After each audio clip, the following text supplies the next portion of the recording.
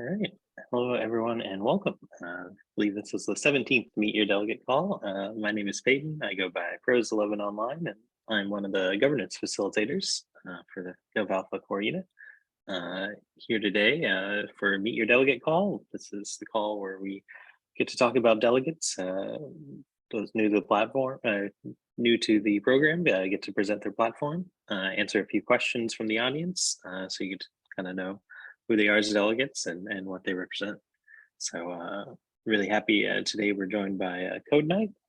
So he's got some slides to present. I'll kick it over to him. We'll start with that, and when we're done, we'll save any questions till the end, and you'll get a chance to ask them. So CodeKnight, if you want to take it away, go for it. Sure. So I'm CodeKnight. I've been a maker holder for a few years now, and more recently got involved in actual DAO. So I go over my values and general views, and feel free to interrupt if you have any questions. So I guess first I'll start with my long-term vision for Maker.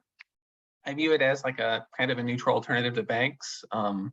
We see particularly recently, a lot of banks are very politically entangled. They set interest rates based on kind of what the government wants, not necessarily what's best for their users, depositors. So that'd be my goal, is to have MakerDAO as an alternative people can go to to that.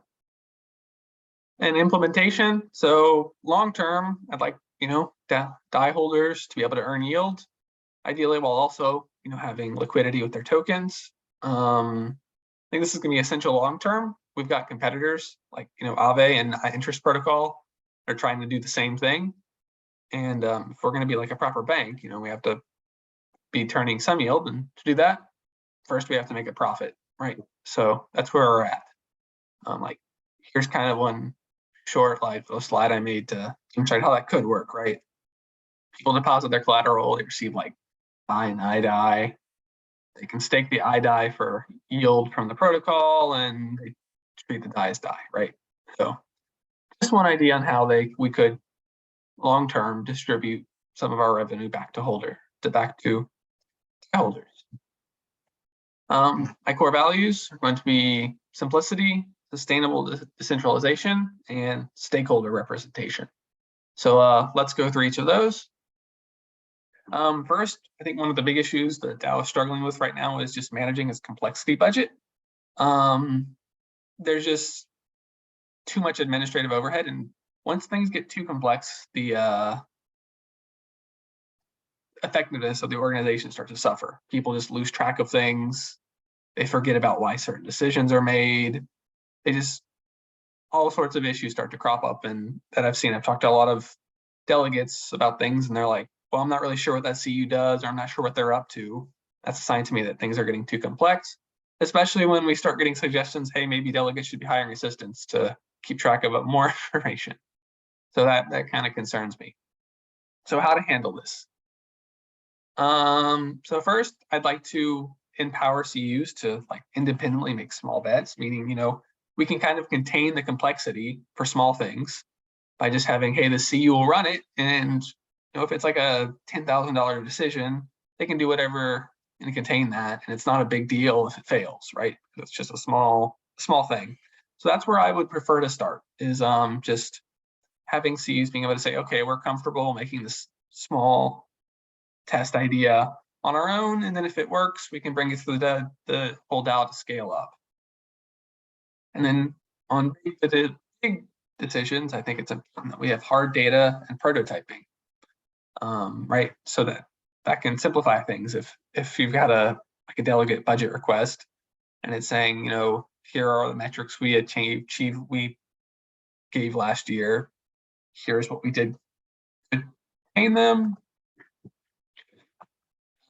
That's great, right? That's hard data that we can look at, that we don't have to have all this institutional knowledge where it's like, oh, well, I know this is a good CU because I talk to them every week and I keep on top. No, we've just got this spreadsheet of hard data that we can look at to automate decision making.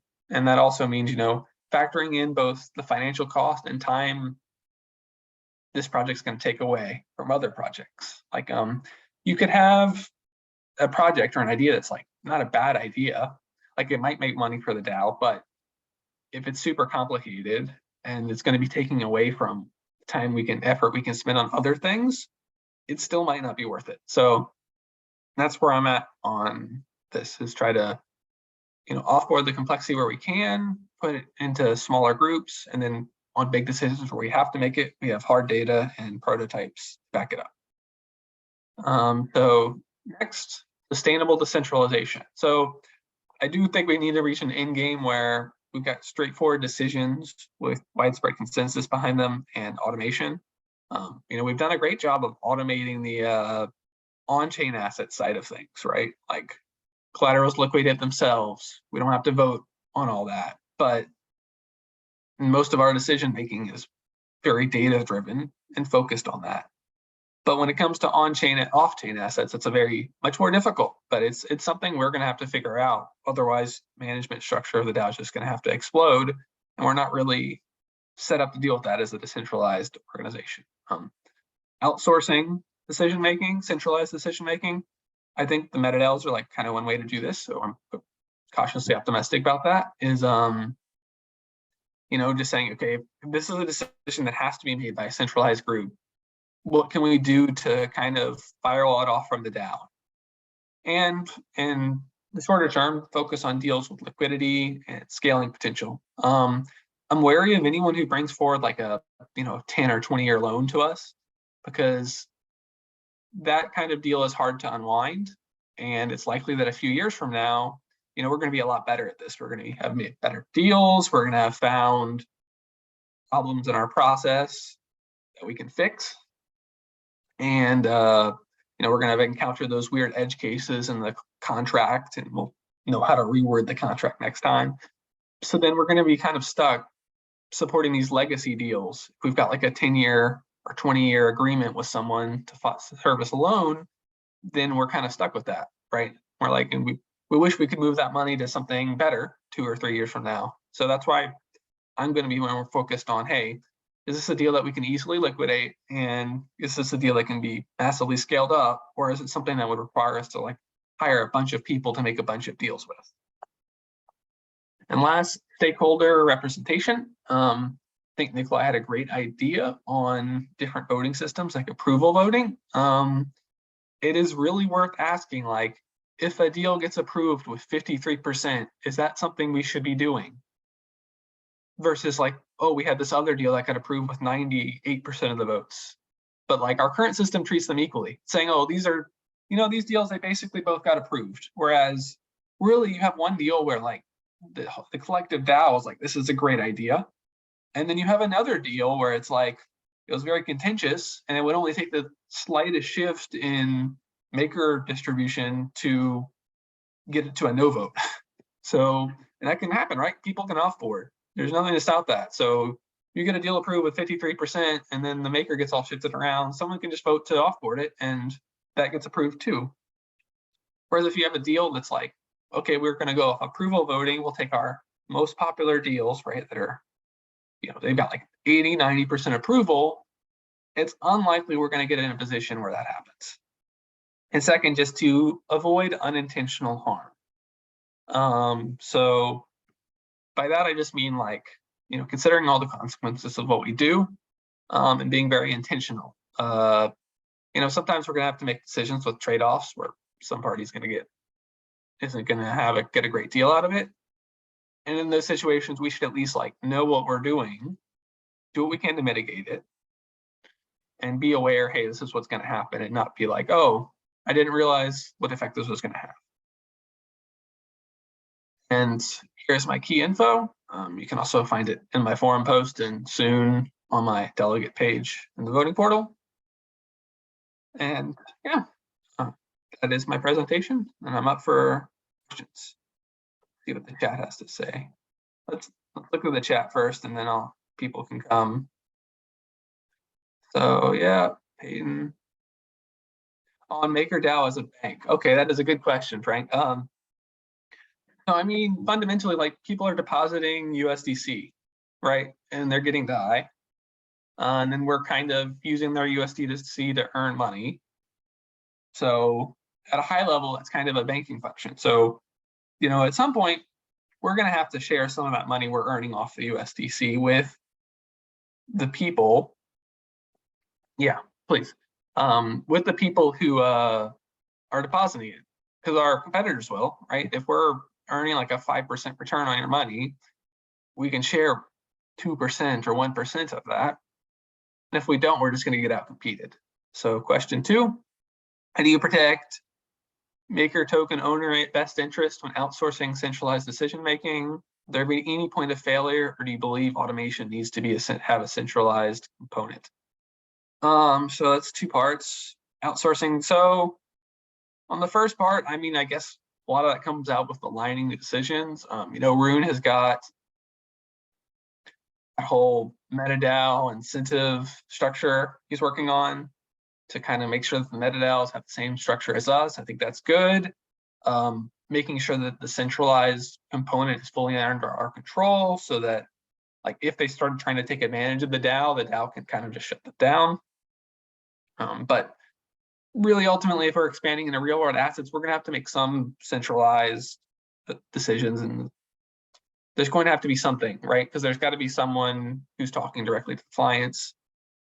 We've got real world assets doing that. Is there a better way to do that? That's kind of where I'm at. And would there be any point of failure, or do you believe automation needs to be a central component? So with real world assets, I'd love to have as much automation as possible. If we can have tokenized on-chain assets and the government says, those are a real thing that we're going to enforce like in a court of law, and that helps a lot, right? Because then we can have a way to liquidate assets on chain because there'll be other people willing to buy them. For now, that's not really doable. So they're kind of our points of failure in that you have to interface with the real world. And, you have to have real people like bringing someone to court, seizing assets, all that kind of stuff, messy stuff. So that's why I was kind of cautious on what on board for now. And what lower hanging fruit for automation and immutability do you see? I don't know if it's low hanging, but like tokenizing real world assets on chain and kind of having a liquid marketplace. Like if we brought treasuries on chain and we could actually make that an enforceable thing, I think there would be people who would love to buy them and sell them on chain, right? And that's a service we can offer to other DAOs. Money. It also provides us a way to easily liquidate our collateral. So yeah, those are kind of the big low-hanging fruit, I would say, is just that's the trillion or multi-trillion dollar ideas, finding a way to just bring stuff on chain. We had a recent vote to do that, which I was in favor of. If anyone wants to hop on chat, or they can hop on audio, or they can ask in the chat. Either's fine. Yes, the BIBTA one. I believe there's another one that was like kind of a competing proposal, which I liked because now that we got 2 entities doing it, maybe there'll be some competition to see who can do it first or do it best. Awesome. I see Patrick with his hand raised. If you want to ask a question, Patrick. Sure. Thanks, Peyton. Thanks for the presentation. That was interesting. I'm really pleased to hear the enthusiasm for approval voting, because that's something we're working on actively with Dux at the moment to get that live in the protocol. And I'd just like to hear a bit more about kind of how you think we could use that best. So what I'm imagining is that we would use it as a prioritization tool. So we'd take all of these things that have passed like yes, no votes, and then put them all into one approval voting prioritization pool. And we would use that to prioritize. Is that what you're picturing, or are you picturing something different that you would want from us? That's part of it. I mean, that's nice. Okay, so here's an example I had pictured. So we've got all these arrangers coming to the DAO, right? And all these different portfolios. You can think of it as portfolios. And they get approved, they just get voted up or down. And even prioritized, it's like, well, at some point they should all be onboarded, right? That's the theory. Instead, what you could do is have all these arrangers and portfolios come to us and get approval voted. And basically the ones with the highest approvals are the ones that are getting the most money. Generally, and that can be something that kind of shifts, right? Because you could have approvals moving around. You could have new guys come in, and then you'd have some sort of function where it's like, okay, this new hot portfolio's in, it has a really high approval. Some of the funds from the other portfolios will slowly flow into that.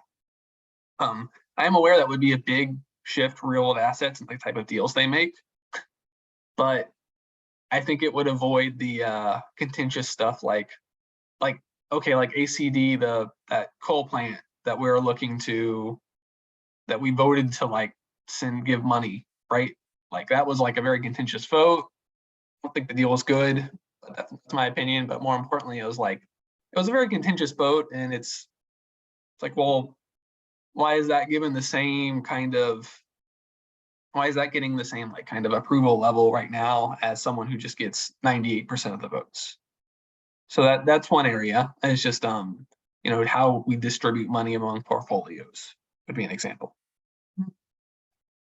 Yeah, that's a great example. I think there's definitely a role for that kind of thing. It's just you needs to be balanced with the governance overhead, because these are kind of votes that you're gonna have to keep rerunning, because you need to see how approval shifts if you're using it to distribute money to people.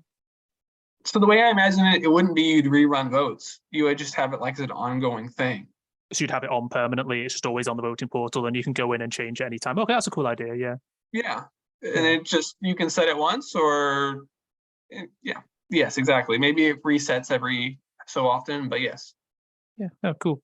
And I guess the other thing was just, obviously as kind of a core unit facilitator, we have goals ourselves, and we also are aware that some things are maybe easier to actually accomplish than other tasks. So even though some things more prioritized by the DAO, if we can achieve something that's got relatively high priority in a week, rather than something that's got top priority in 2 months, I'm just hoping that I'm assuming you've got some kind of pragmatic, yes, we don't have to be wedded to this prioritization schedule that the MKR holders have voted on. Is that right? Or are you wanting us to only focus on kind of number one priority? Well, to be clear, I don't know. I'm not a big believer in prioritization schedules, period. Just as someone who, I kind of trust the people doing the work, that like they're doing the work, because there's prioritizations often kind of fake, because it's like you've got things in parallel. It's like, oh, I've got this one project that's super high priority, but I have to wait on someone else to like give me the paperwork to do it. Yeah. So I'm not going to be like, oh, you got this done before this other thing that we've prioritized, because that doesn't make any sense. Like a lot of the work is just waiting on someone else to do what they need so that you can do your part. So I'm not gonna be bugging you guys too much about like schedules, I guess. I mean, unless it gets like ridiculous, I'm just gonna trust that you're working on everything that we assigned you to work on. Unless I've got like some reason to believe otherwise.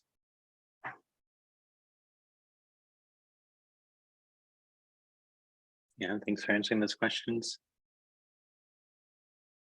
Reminder, you can raise your hand or drop further questions in chat. In the meantime, I guess I'm down to fire one. CodeKnight, I was wondering, you mentioned your platform wanting to see Maker kind of be this $1 trillion company. I'm curious how you see Maker scaling to that. Like, is there a particular path, especially real-world assets versus crypto collateral? Well, sure. I mean, well, certainly right now it would have to be a lot of real world assets. Like the total market cap of all crypto is like $1 trillion or so. I think it's a little higher, but we're not taking like 50% of the crypto on. We couldn't even liquidate that at that level, right? So it would not be a thing to do.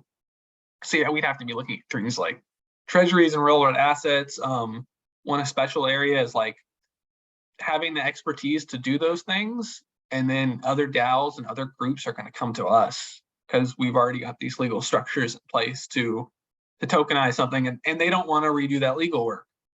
So that's kind of one area where we could have a ton of assets under management just on behalf of other DAOs and other entities who want to reuse the tools we've created.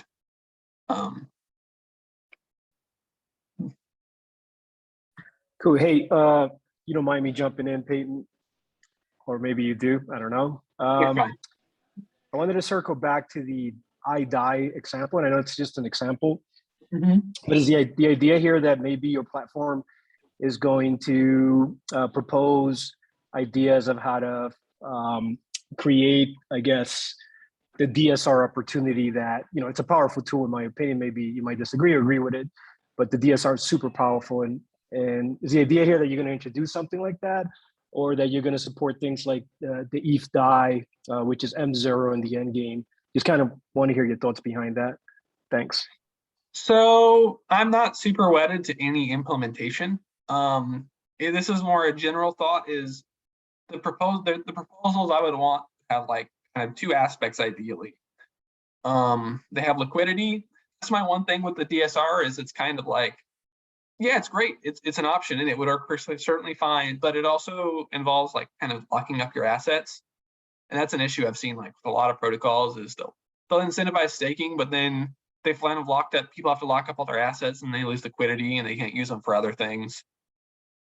So it would be really nice if we could get a system going where people could earn yield without having to lock up all their money.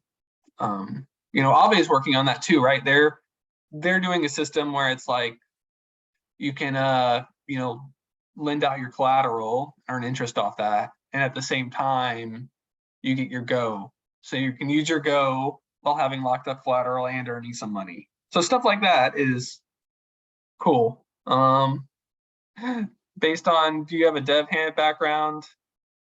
Very little. I have a little development knowledge and little coding, Patrick, but no, I'm not like, that's not my full-time job. I'm an engineer, but not a coder. I think I have a decent enough understanding to like look at the code, so I can help there. Sorry, Frank, does that answer your question? Yeah, I appreciate that. And as far as the end game, the ETH DAI, is that something your platform? I've seen you attend the meetings. I would imagine you are still in the investigation phase, or you kind of buying into the ETH DAI. That has to deal with like synthetic DAI and staking and all that. I've seen some of that. I have been attending those. Yeah, I think it's a great idea. I guess I am fine with is. Can you refresh me when you say ETH DAI, what are you referring to specifically? Oh, the first synthetic that has been proposed during the M0 launch. Yeah. Oh yes. Yeah, I'm supportive of that. I think I'll have to look at the numbers for how much we want to divert to it, but I think the idea is good.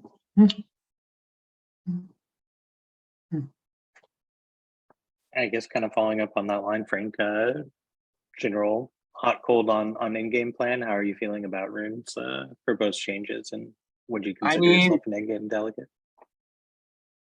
Overall, I'd say cautiously optimistic. I do like the idea of kind of offboarding that complexity, and if we can align the incentives well, so these like kind of meta DAOs are acting in the best interest of us without us having to like micromanage them, I think that would be huge. So, I will most likely be voting for like the framework and testing it out. The delegates and the details right on like how much capital we're deploying to these particular groups, what's safe. But I'm a huge fan of experimentation and trying out these different frameworks. So yeah, I guess you can consider me an in-game delegate. I'm happy to deploy towards it. And even Rune himself has said like, we need to have an escape hatch if it doesn't work. So I agree. I like that mindset. Awesome, thanks. Noting the time here, we've probably got a little more than 5 minutes for this part of the section. So if you do have any further questions or comments, last call for those.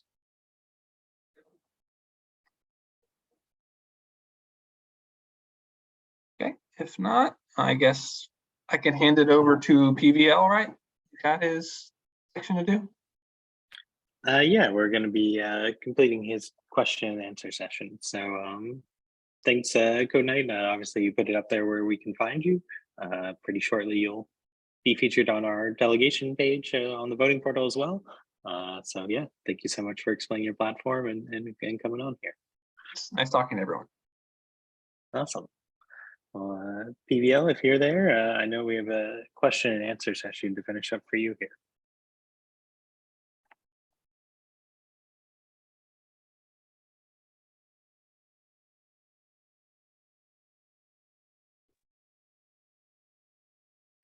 Might have some technical difficulties. Always a Zoom call wouldn't be one without one, right? PVL, are you there?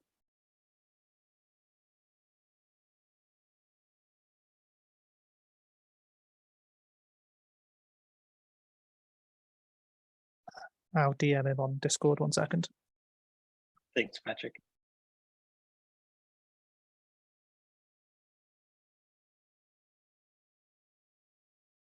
We appreciate everyone coming out to these calls live. It's great to get questions. Obviously, the delegate platforms are there for discussion, delegate decisions and kind of opinions. So if anything we talk about today sparks your interest, do feel free to go up to the forum and kind of engage there. And we do really want kind of getting to the bottom of what delegates represent, and better governance comes from debating these issues. So thanks for taking the time to be on this call. Yeah, if you're ready, PVL, we can go ahead and kick off your question and answer session. Okay. Hello, everyone. So I made a small board to remind you and everybody else. Can you see the visualization of my platform? Yes.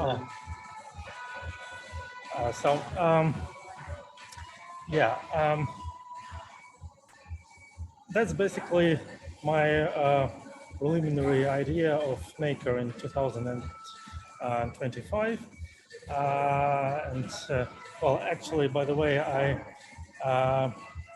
already put a link to this board on my Delegate Platform page, and everybody could explore it in detail. Now I'll just give a quick tour. So the end game implementation with different metadata, and well, there are tons of suggestions in the community, which I appreciate. And well, in my perspective, one of the most interesting and potentially fruitful areas of Maker growth will be what I would call a physical metaverse. So it's basically a in-between path between purely virtual assets or collateralization assets like crypto or gaming, and purely real-world assets like loans. Because well, there are many pros and cons, but the problem with traditional real-world assets is that tokenization of loans, for instance, requires trust. It's done through certain trustful entities. So I won't go into much detail, but emerging technologies on the intersection between physical and digital world, specifically manufacturing or work done at Google on interfaces and Media Lab, allow trustless tokenization of real-world assets, and I definitely think Maker should explore this this area. There are links, so you could explore them further on yourself. My take on governance stewardship involves employing better intelligence, specifically Web3 native intelligence. I give an example in the publication on this course. So there is a link there, but basically a protocol should be regarded as a bipartite organism. Both on-chain and community play equally important. On-chain activity and community activity play equally important role And if you model them, then you could predict the protocol future overall. And well, with any granularity, for instance, you could model vault level activity. Then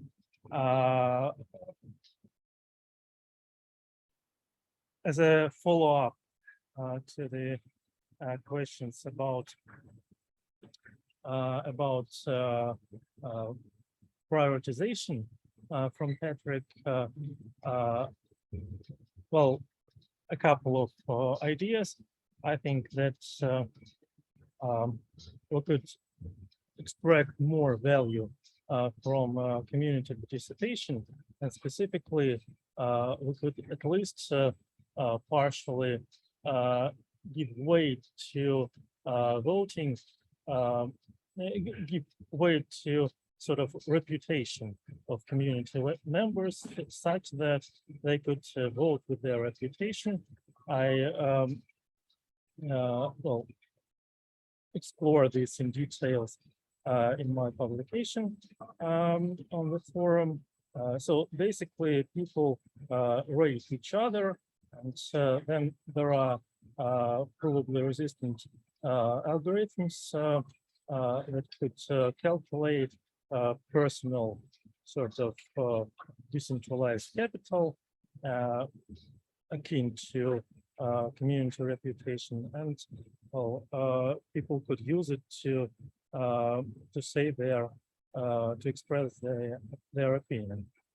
Again, I'm reminding everybody about quadratic funding.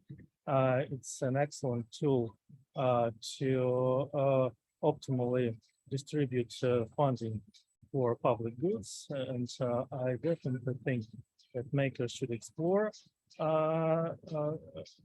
this crypto native innovation. Then, well, we're using Discourse and Discord, but basically these are tools that were designed not with Web3 crypto purpose in mind. There are emerging tools like Geneva, which is a Web3 native community organization tool, and Skip, which is a Google Docs alternative, which lives, I believe, on IFPS. And finally, I think culture matters, not only me, but Ben Horowitz confirms in his 2 books that, well, the way leaders of the community or a company or any other organization, the way they well, behave actually directly influences the quality of the product, because what is considered normal, appropriate, and what is considered inappropriate is well, codified in the actions and not written codes, which are important but not enough. So I definitely encourage everybody to read these books. I'm wrapping up because I believe I have around 5 minutes. Let's do the Q&A. Awesome. Thanks, PVL. Yeah, I appreciate you giving that recap. Open the floor to some questions. I see Frank has his hand raised. Take it away, Frank. Hey, PVL, super interesting presentation. I like how you broke it down from MetaDAOs down to reputation, which is the question I wanted to ask. So you're saying that reputation score should be based on proposals that go to an executive and get voted on to the protocol, or reputation is just based on participation? Go ahead. No, I mean, you could develop whatever tool or whatever metrics you could devise. All I'm saying is that we could at least explore metrics or for instance, systems, voting systems, which involve not only MKR delegated or held, but also community participation metrics. Like you could both take into account objective things like number of posts and number of likes, but also you could integrate subjective metrics like you and me give each other scores, and that's part of our capital with which we vote on proposals. Does Got that make it. And- sense? Yes, it does. Yes, thanks for explaining that. And the last platform that you showcased there, you said it was an IPFS. What's the name of it again? I'm sorry. The orange one. SKI, yeah, skiff.org. Okay, cool. Thanks, man. Appreciate it.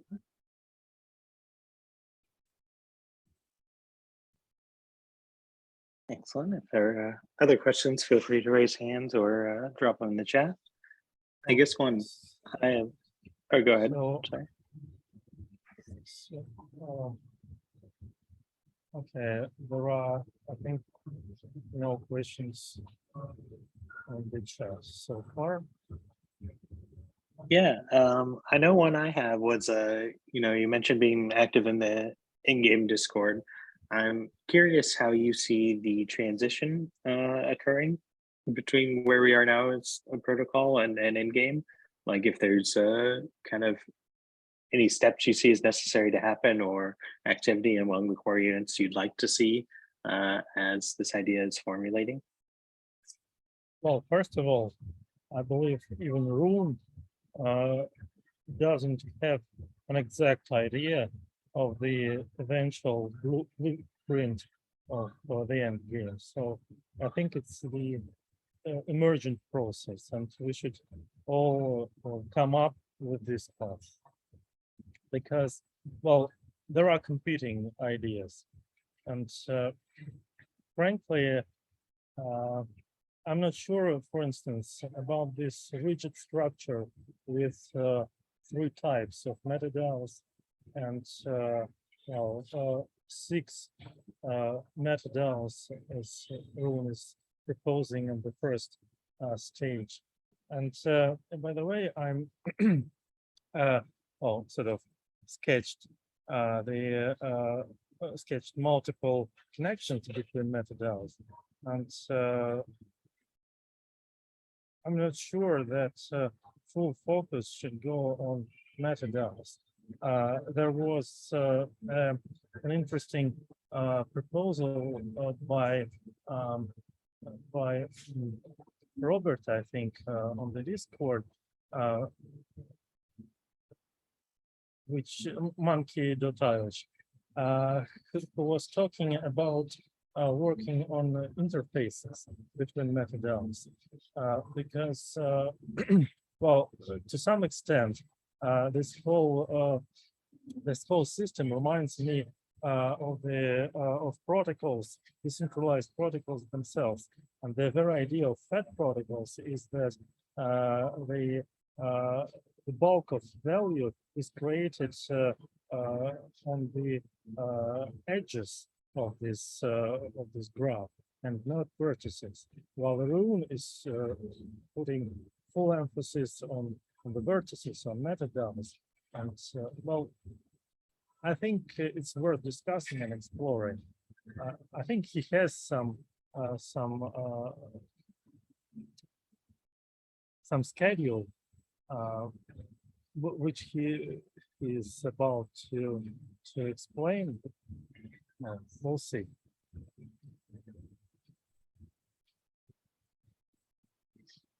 Awesome, thanks for the response there.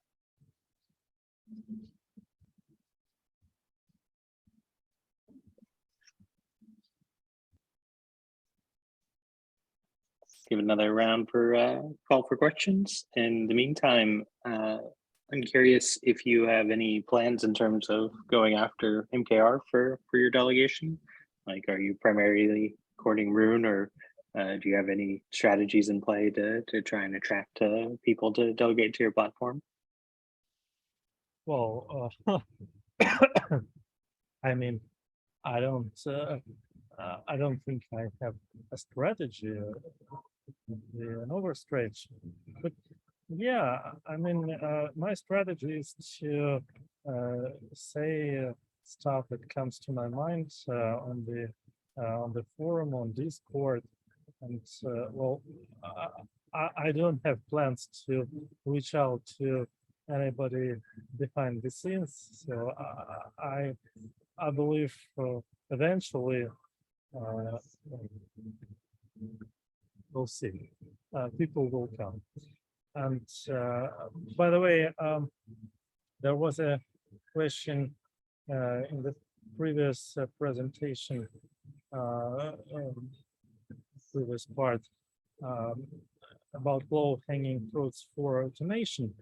And well, my answer to this question is this part, physical metaverse. I really encourage everybody to explore the links I'm giving on this board, because this intersection, this bridge between the physical world and digital allows for seamless tokenization. I think it's very interesting and sort of well, under the radar, let's put it this way, under the radar goal for maker growth.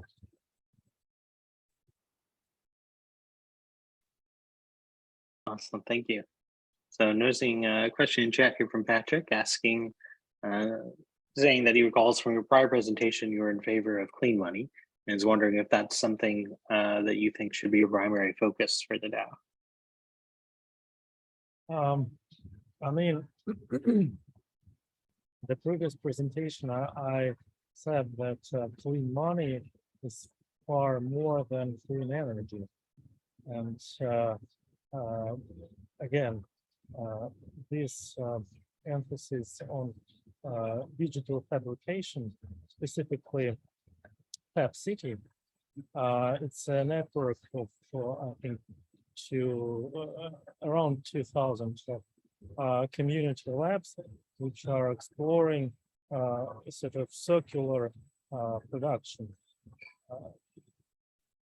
The idea is that information should travel, but goods and waste should not leave the local environment. So, yeah. And by the way, also Oxman architects, I really encourage everybody to see this documentary made by Oxman architects. It's a video, a full-scale video on my board. I won't play it now, but it explores ways to well, find new approaches to materials and to construction, to dealing with built environment, such that there is no contradiction with nature, with grown world. It's called nature multiplied humanity. Nature is humanity. So I really encourage you to watch this documentary in this sense, in the sense that clean money is far more than just solar panels or some other stuff from clean energy. Yes, I'm in favor. Awesome, thank you.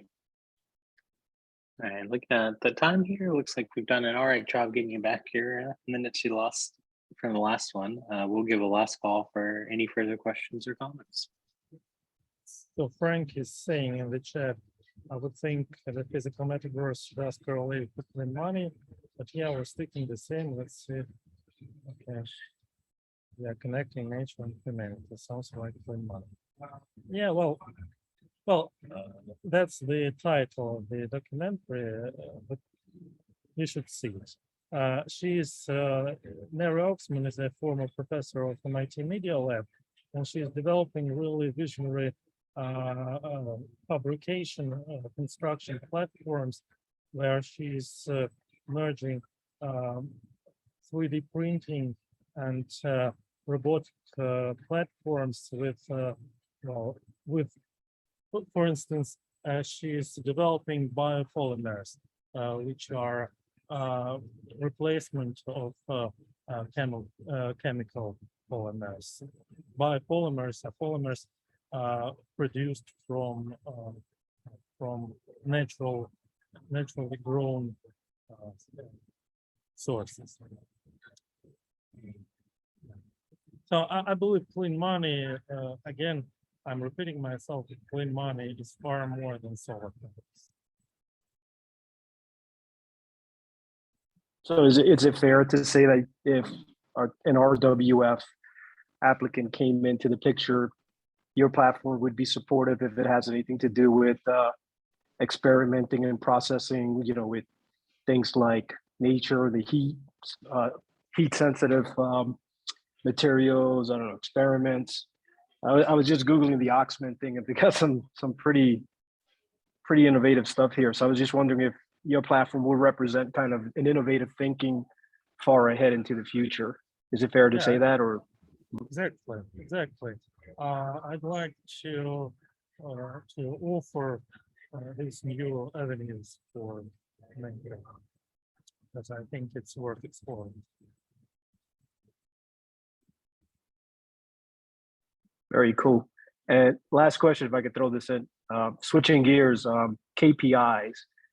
Any thoughts on how that could be designed in the near future? Well, I said on the forum that it is always a compromise between full automation and fully subjective opinion. So you have to find some compromise. But I think that's a great opportunity for the community to grow itself, because KPIs should be worked out in cooperation with CUs on the one hand, because they know the deep stuff of the protocol. On the other hand, CUs need oversight. So the problem, some people are saying that delegates should not be doing this because that's not their mandate. On the one hand, actually, if you read the code, it says that they should be operating and voting in the interest of maker. So the term operate could be interpreted in many ways. But I think the most important thing is that the protocol needs some kind of stewardship, because at the moment it's losing money. So KPIs or not, or other forms of organizing, crystallizing this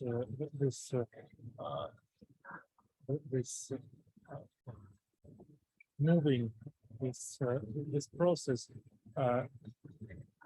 crystallizing should be done, unfortunately, as an emergent process and as a cooperation between delegates and CUs. That's my impression as for now.